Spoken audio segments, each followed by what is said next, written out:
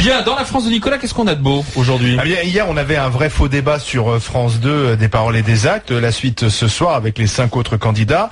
Qui a regardé donc les 5 candidats, Sophie? Ah, vous pouvez même lire mon interview sur le site Atlantico. Je vous conseille d'aller voir. Très bien. Et j'ai regardé jusqu'au bout. D'abord, il faut féliciter Service Public parce que d'ailleurs, c'est ce qu'on avait proposé ici. Je l'avais moi-même proposé de faire 2 fois 5 candidats. Et donc, je pense que c'est pas mal. Ils n'ont pas débattu ensemble, mais c'était bien tenu. Il y avait 3 journalistes plutôt rapides. Une qui était assez méchante, elle était assez agressive, là. Comment elle s'appelle? Nathalie Saint-Cric. Oui, c'est ça. Elle est très bonne. Mais non, parce qu'elle pose des questions. Alors, François Langlais, un journaliste pose des questions, elle est méchante. Non, mais elle est un peu agressive. Elle a du corps, elle a incisive. Bravo Nathalie, continue. Était exceptionnel. Et François Langlais, à un moment, il était désespéré parce que le malheureux, il s'y connaît, pardon, hein, il s'y connaît en économie. Et alors, il est juste, il a les bras ballants parce que les autres lui sautent à la gorge. Il essaie d'avoir des courbes, mais on lui dit, mais non, c'est pas vrai. Donc, c'était assez étonnant. Écoutez, franchement, il y avait une énergie de Marine Le Pen et Dupont-Aignan assez exceptionnelle. Bon, Marine Le Pen, je suis embêtée de le dire, mais elle était excellente. Ah, faut pas citer le nom? Si, tu peux.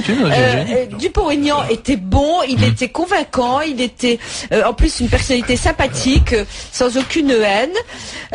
Ensuite, j'ai trouvé Eva Joly pitoyable. Je suis désolée, j'avais pitié, c'est le cas de le dire. Elle était pitoyable, j'avais pitié. Elle a changé de lunettes qui sont vertes, et c'est à peu près la seule chose qu'on ait bien comprise. On avait, alors bon, je veux même pas parler de Toutou. C'est étonnant. Jacques. Et Hollande était quand même... Alors, il y a un truc qui me gêne beaucoup, c'est que il a décidé que pour avoir l'air présidentiable, il fallait avoir l'air désagréable.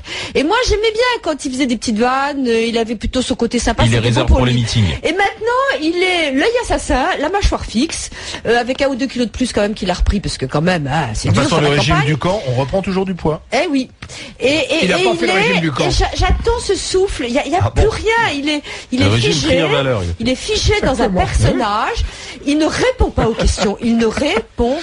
questions. Et ça me gêne. Oui, alors Sophie a trouvé Marine Le Pen excellente. Moi, justement, j'ai vu un extrait de Marine Le Pen.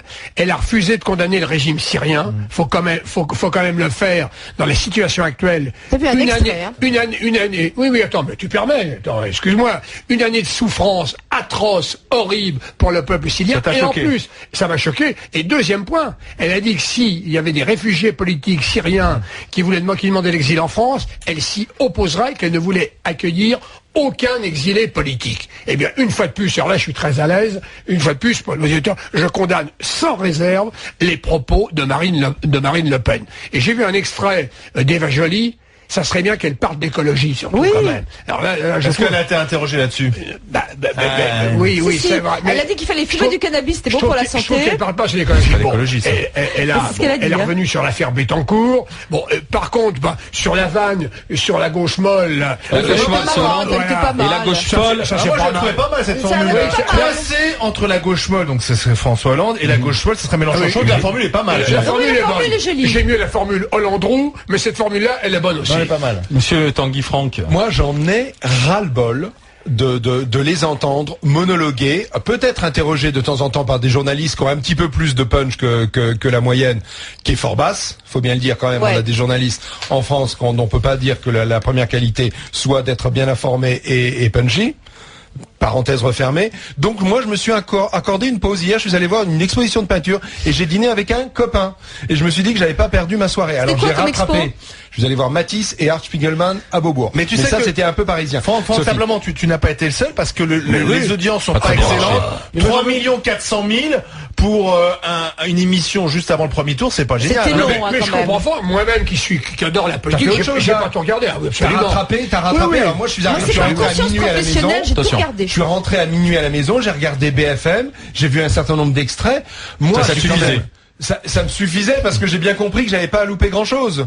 Voilà, j'ai vu des gens. Vous êtes un peu sévère parce que je me suis tout coltiné et c'est vrai que c'était trop long, etc. Mais j'ai voulu vraiment regarder et je suis désolée. Il y avait vraiment une énergie, il y avait des trucs qui passaient quand même.